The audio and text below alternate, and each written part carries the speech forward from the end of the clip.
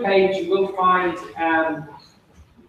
these improvised recordings I'm making of the lectures. So there's a YouTube playlist building up here of all of my lectures. And when you click through to any of these into the actual YouTube page, so you can have a look at the video there. In the description, you will find links. You call this sequence.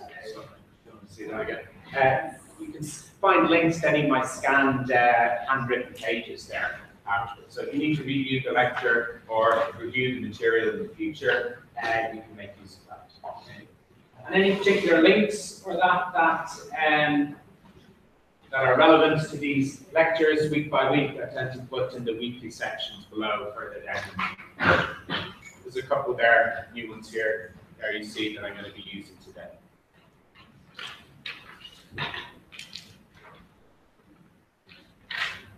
Okay, so let's go over to the camera. So what we did last week, was our first week, was we introduced the notion of a sequence.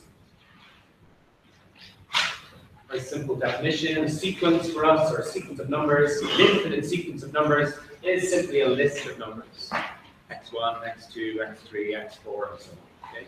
So we use an indexing system with positive integers, index the elements, and some kind of variable name, x or a or b or something, to denote the element of the sequence. We looked at a bunch of examples, and then we looked at the classification of sequences, that sequences might be monotonic. So a monotonic sequence is one that is always increasing or decreasing. Okay, so we looked at those, and we looked at some examples of how you might take a particular sequence defined by a certain formula, and by either examining the difference between consecutive terms and comparing that to 0, or by examining the ratio of consecutive terms and comparing that to 1, you can draw conclusions about whether the sequence is an increasing sequence or a decreasing sequence. Okay. So what we're going to move on to today is the notion of convergence. Okay, so we made introductory remarks about convergence in the induction week activity and in the first lecture last week, and convergence is what we're going to be studying. And convergence is the rough notion of some infinite sequence or some extended sequence getting closer and closer to some end state. So for sequences, we have this definition 1.5. We are going to say that a sequence converges to the limit L. Leave this here. We're letting L be some number. L stands for limit. We're going to say that the sequence curly brackets xn, remember curly brackets xn refers to the whole sequence. The sequence of elements xn converges to a limit L. This is the definition of our word converges here. If the elements of the sequence get closer and closer to this number L. As you look further and further out along the sequence elements are getting closer and closer to the limit. Okay? That's the definition. Or equivalently, this will help us in a moment when we make it a bit more exact. Equivalently, the distance, which is the absolute value of the difference between xn and xl, so the difference between the two numbers xn and xl measures the distance along the number line between the element xn and the supposed limit. If that absolute value, if that distance gets closer and closer to 0 as you look further and further out along the sequence. Bits of notation that we use the arrow sign to denote convergence. So we can write xn arrow L as n arrow infinity, or that's not how you read it. You would read this in English as xn tends to L as n tends to infinity. Okay, that's how we would read that notation. Xn tends to L as n tends to infinity. Or indeed, something like this, which says the limit. You would read this one out as the limit of xn as n tends to infinity is L. you might read that piece of notation. Those are just two sets of notation for the same thing. If the sequence is not convergent, then we say it's divergent. And we can also bring in the symbol infinity as, well, okay, it looks like the symbol infinity is playing the role of a limit here. We don't like to admit that.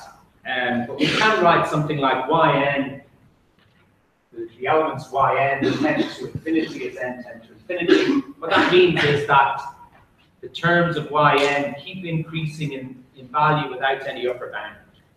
So they're getting larger and larger and larger as you look out further along the sequence. There's no upper bound, they continually get larger and larger and larger. Or indeed, you might say yn tends to minus infinity, n tends to infinity. That means is they're getting larger and larger in negative value, further and further down to negative half of the number line, without any bound in absolute value, as n tends to infinity.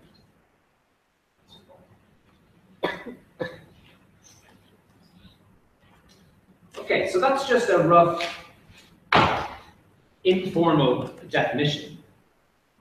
And it's good as far as it goes. There's nothing incorrect about it. But it's not sufficiently detailed for work that we want to do. Just saying that the sequence elements are getting closer and closer to the limit as n gets to infinity. It's a bit vague. Okay? Because when you look forwards, we want to start proving things about the phenomenon of convergence itself. We want to prove in theorem 1.1 that limits of sequences are unique. Convergent sequence can only have one limit. Then we want to prove that every convergent sequence is bounded. Then, so I'm just working through these quickly, we'll consider them in close detail soon. Then we want to prove an algebra of limits theorem, which says if we've got two convergent sequences, an and bn, with an converging to a and bn converging to b, we want to prove these kind of things, that if you form a new sequence out of an and bn, so you've got a new sequence of terms alpha n plus beta bn, alpha times an plus beta times bn, where alpha and beta are two parameters. But this new sequence is indeed convergent and converges to the corresponding limit, alpha times the limit of the first sequence plus beta times the limit of the second sequence. We also want to be able to prove that when you multiply together corresponding terms from a sequence to form a new sequence, we have a new sequence, a1, b1 is the first element, a2, b2 is the second element. The sequence of products, corresponding terms from two convergent sequences, we want to prove that that is still convergent and has the limit, the kind of obvious limit, a times b, the multiplication of the product of the two limits of a and b. So we want to prove these very, very clear statements about the phenomenon of convergence itself, and even more further things. But the definition as it stands back on page 5 doesn't really cut it. Doesn't really do the job. We can get a taste for why that is if we look at some examples. So in this week's section on Moodle, the first link is to a little demo illustrating some convergent sequences. This demo is using the computer package Sage Map. And this is just a quick way of accessing it in an online web page. But you can see here, this is Sage Map code, which is also Python code in the window at the top. So if you want to, you're into coding and programming, you'd like to investigate this thing, mess around with this example, you can follow the link. And this is a live coding window, so you can change things here in the code and be executed using the evaluate button and see the results. But I just want to use it now just so we can look at some examples. So what we see here is plotted various sequences. The formulae defining the sequence xn, say, is given in the box there on the right.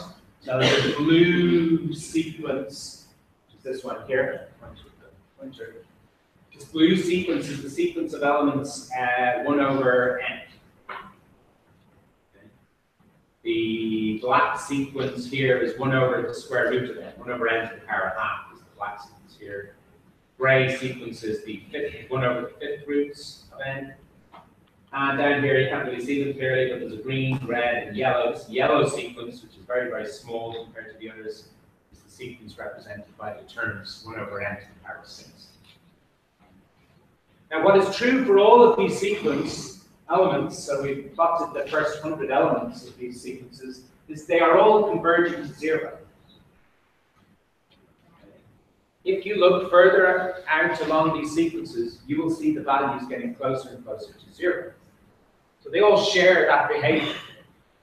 But it's clear from that picture that they're all converging in different ways. Okay? So the yellow sequence, 1 over n to the 6th, I mean, we can barely see it. It's kind of right down on the very, very close to 0 very early on compared to the other elements. Okay? So the yellow sequence, 1 over n to the power 6, is converging very fast. Whereas at the other extreme, 1 over the 5th root of n is converging quite slowly compared to the others. It's still a long way from 0 at the 100th element. Okay? And they've got varying rates of convergence in between. Extend, because see this n here is the upper limit of the sequence plot, so you can increase that to 1,000. See the first 1,000 elements in these sequences.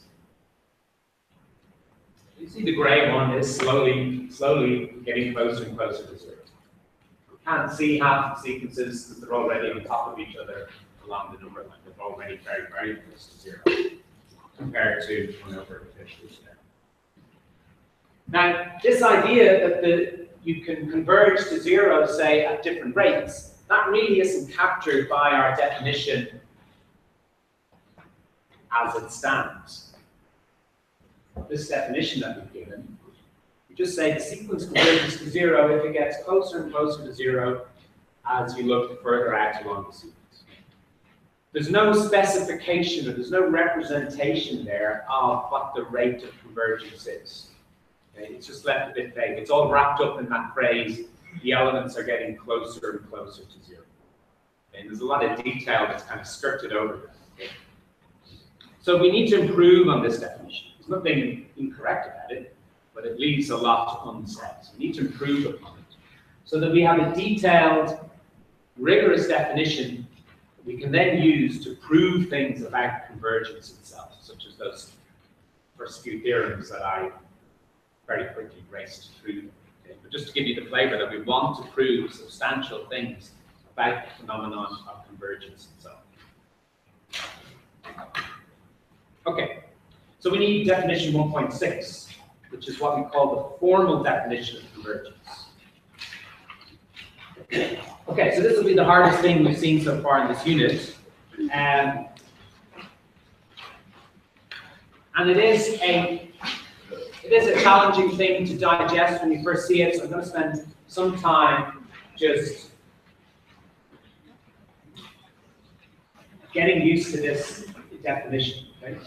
So this is the formal definition of convergence. We'll just have to read through of it first, then I'll illustrate some things about it, and we'll have a look at an interactive demo, another code demo about it as well.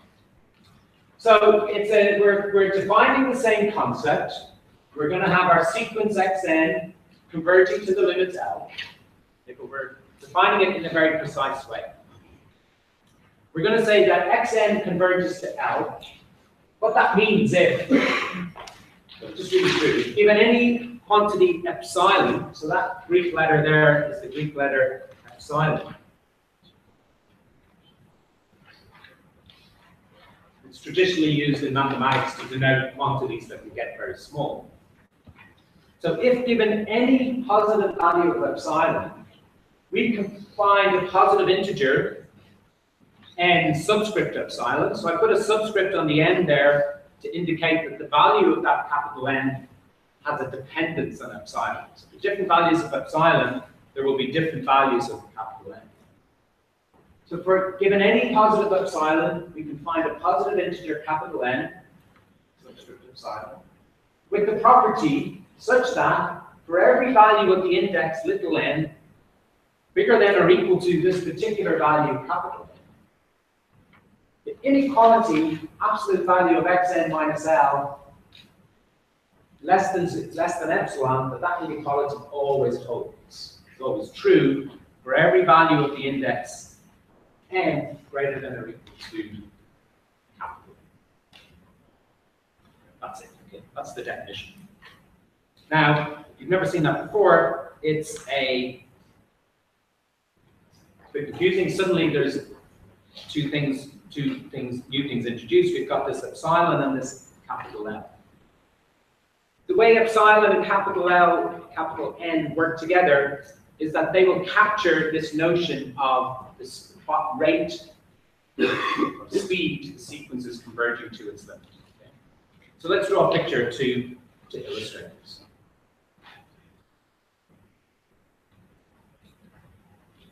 So this will be illustrating the formal definition.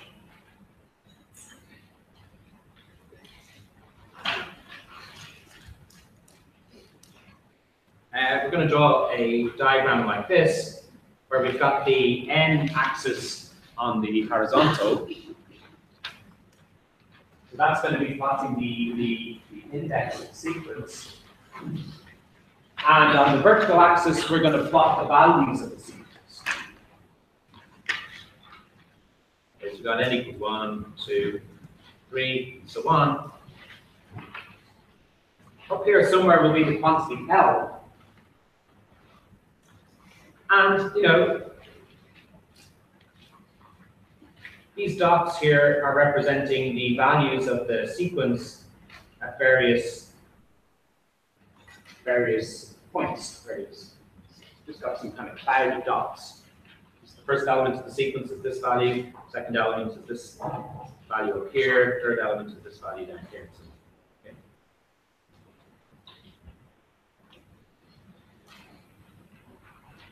And what we can do on this diagram is illustrate the role or where the epsilon and the capital N are living. So the epsilon is what's called a radius around the limit. Okay? So you'll have this quantity L plus epsilon and NL minus epsilon. So those will be those 2 points.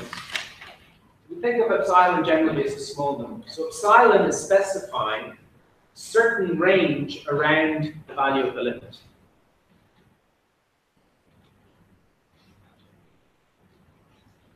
And we can extend those values across the diagram. Now, if this sequence xn is supposed to be converging to L, the definition says for any value of epsilon, such as this one, for any value of epsilon, there must be some point capital N, and the point capital N will live here. And the property that this capital N has to have is that for every point beyond it, the sequence elements are supposed to live completely. The absolute value of xn minus L is supposed to be less than epsilon. So for earlier values of the sequence,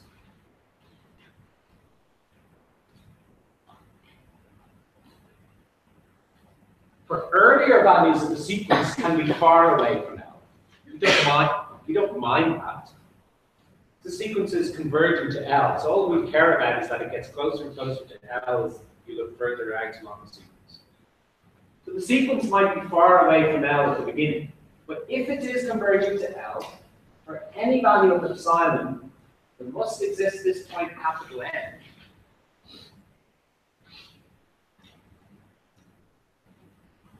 There exists point position capital N, the property that this has such that little n is bigger than capital N. That implies that the absolute value of xn minus L, so these are the xn's, xn is plotted on the vertical axis. This absolute value is strictly less than epsilon, i.e. xn is within a distance epsilon of L.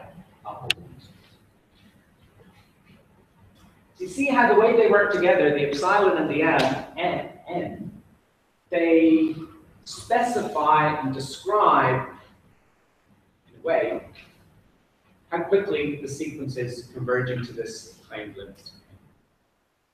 Now this is pictures just illustrating, it's not exact picture. I'm just talking about just some random sequence I sketched onto the page. Okay? But this is the kind of behavior. If somebody comes along, so you claim that the sequence converges to L. Someone might come along and say, well, does your sequence get this close to L? And they can specify any positive value of epsilon that they care to. All epsilon has to be positive, bigger than 0. It could be tiny, tiny, tiny, tiny, tiny. You're claiming that your sequence gets closer and closer to L. So they might throw at you quite a small degree of closeness to L, a small value of epsilon. So what you have to be able to do to prove your sequence is converging is take that value of epsilon and be sure, prove, and demonstrate that there is some point n after which your sequence is that close to the limit. After that point, the sequence, as I've suggested there, all the dots for the sequence I've drawn are within the upper and lower red limits there. And I just suggest that continues onwards for the rest of the sequence. And for every point past that point, capital N, your sequence elements are that close to the limit. So that's the formal definition. And this point, capital N, can be found not just for this specific value of epsilon, but for any value of epsilon. And probably, as the values of epsilon get small, you're asking for more and more, you're asking for the sequence elements to be closer and closer to L. So as the value of epsilon gets small, you probably have to go further out along your sequence in order to find that degree of closeness to the limit.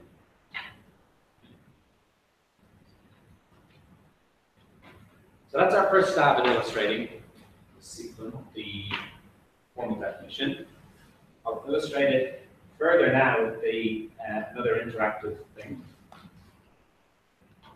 So if you click on this other link in this week's section, you get another SageMath demonstration.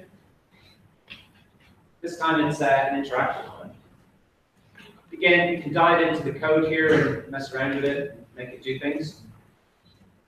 But you can certainly use it.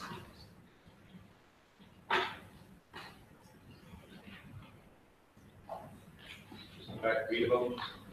See everything? Okay, so what's going on here? This is going to illustrate the behavior of the formal definition of convergence. We've got various input boxes here at the top which we can change. The first one allows us to define in just regular calculator symbols to define a sequence.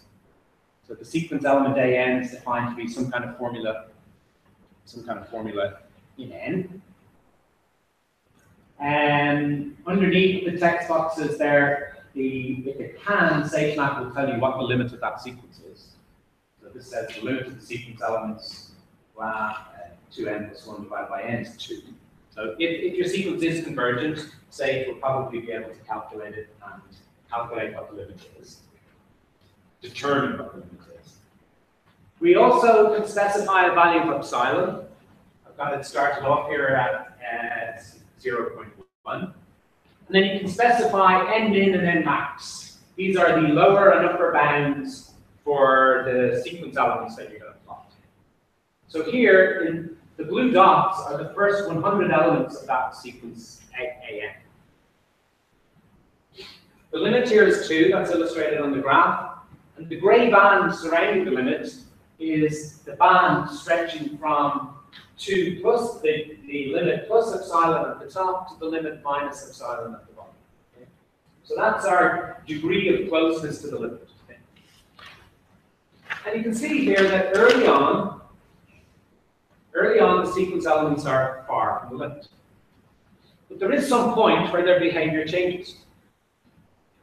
A point around about here, something around the value 10, around the value 10, The sequence elements are all within the grey band. So that point, so for this value of epsilon, the corresponding point, capital N, is approximately around 10. We can investigate and find out which exact value it is, but somewhere around 10. Beyond that point, all of the sequence elements are within distance 0.1 of the limit of the claimed limit 2. Of course, your skeptic about the convergence of this sequence might say, well, 0.1 is all very well, it's still relatively large quantity. So they might give you a harder task to satisfy. They might give you, so you can change these values and just press return, and then it should reevaluate. So now we've been given a harder task to fulfill. This time the person says, well, if your sequence is converging to 2 as you claim, show me where the sequence gets as close as 0.00 to the limit 2. Now, the plot, there's still a grey band of radius 0.001 around the limit 2. You can barely see it. It just looks like a faint grey line. And our sequence elements, our blue dots, are nowhere near it. Okay? So we'll have to look further out along the sequence. So maybe we'll go from 500 to 700 in the sequence. Might get funny results when you've got a larger node. Okay, but here's the sequence dots. Okay, they're kind of too close together, they just look like a line. Here's our grey band of radius, you can see 0.001. Above and below the claimed limit 2. The grey band is enlarged now, so just zoomed into the graph. But our sequence elements are still nowhere near, they aren't within the grey band. So we haven't found our point, capital N, yet. But we can look out further out along the sequence. Let's go from 700 to 1000 now. We'll get error messages if the lower bound is bigger than the upper bound, but just correct the lower and upper bounds. Okay, it's still not within the grey band. Maybe it's just around that point it starts to go within the grey band. So we could go from 900 to 1300, say. Yeah, so we seem to have found it. So somewhere about the 1000 mark, or maybe slightly bigger, somewhere around there is the point capital N.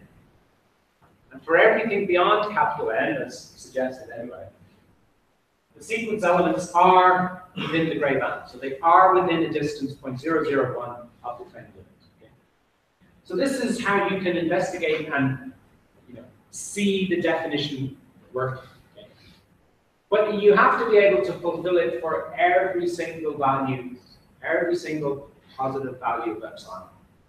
At least come up with an argument that proves that.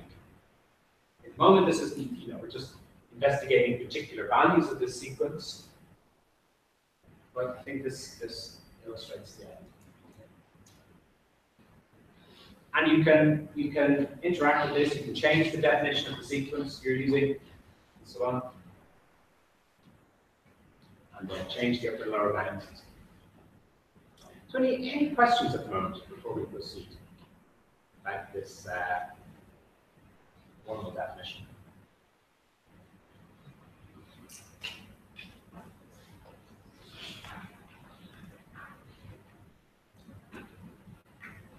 Okay. Now we'll do a few things with it.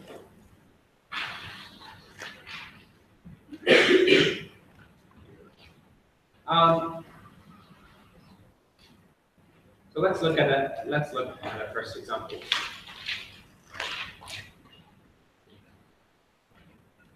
We can use the formal definition to prove that certain sequences do converge. This is what we're going to do. So consider the sequence defined by xn as 1 over n.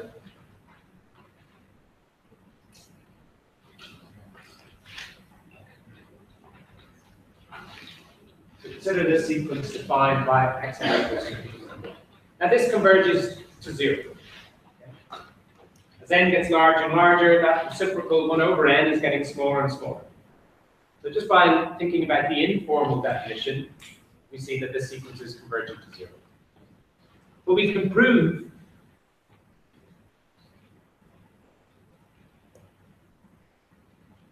this using the formal definition. So someone might throw a positive value of epsilon at us, or we have to provide the argument that shows what the value of capital N is given any value of epsilon. So here's a positive value of epsilon. I don't take a particular value, I just give myself a general positive value of epsilon.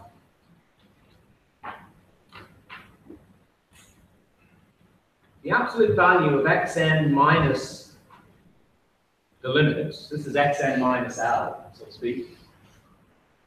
Well, that simplifies somewhat to just the absolute value of 1 over n minus 0. And that's just the absolute value of 1 over n, but n is positive. So it just simplifies indeed to 1 over n. There's no complication of having absolute value signs because n is positive. And subtracting the limit 0, we can just do it like that.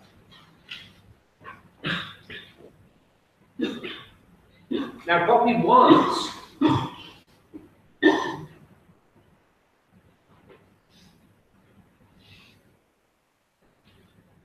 want this quantity to be less than epsilon. It isn't less than epsilon for all values of n. But for most values of n, it will be. We just have to, in order to complete the proof, we just have to demonstrate or provide the specification of what that value of n is. Okay? So notice that 1 over n being less than epsilon is equivalent to, we just flip both sides, if we invert either side of the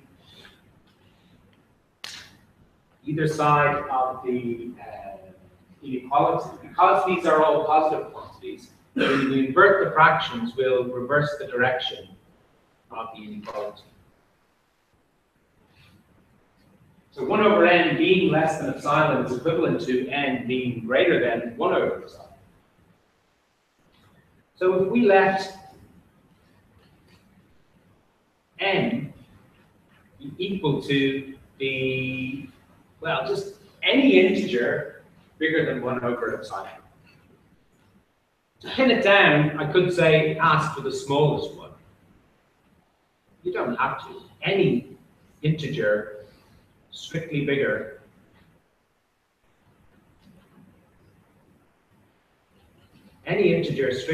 than 1 over epsilon. I've written the smallest there just to pin it down to a unique integer, but you don't really have to do that. In fact, any would do there. Just to be specific, we'll say the smallest integer is strictly bigger than 1 epsilon. So then for all values of the index bigger than or equal to capital N, absolute value of xn minus 0, which as we said is equal to 1 over n, that will be strictly less than epsilon. Okay, because being strictly less than epsilon is equivalent to being strictly greater than 1 over epsilon. And if our little n is bigger than n, let's put a subscript epsilon on our capital N. If little n is bigger than or equal to this choice of capital N, then the distance from xn to the limit 0 will indeed be less than epsilon. So we can claim now that xn converges, sequence converges to 0 by the formal definition of convergence.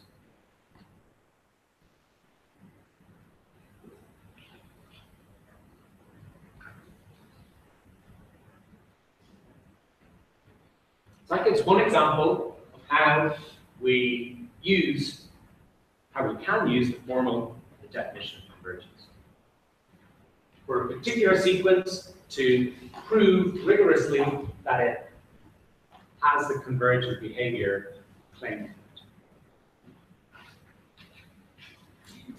We won't do that too often. I think there's one of the exercises will ask you to do that for a different sequence. What we're really more interested in doing is establishing results about the behavior of the concept of convergence itself. And we can look at the first of these in theorem 1.1.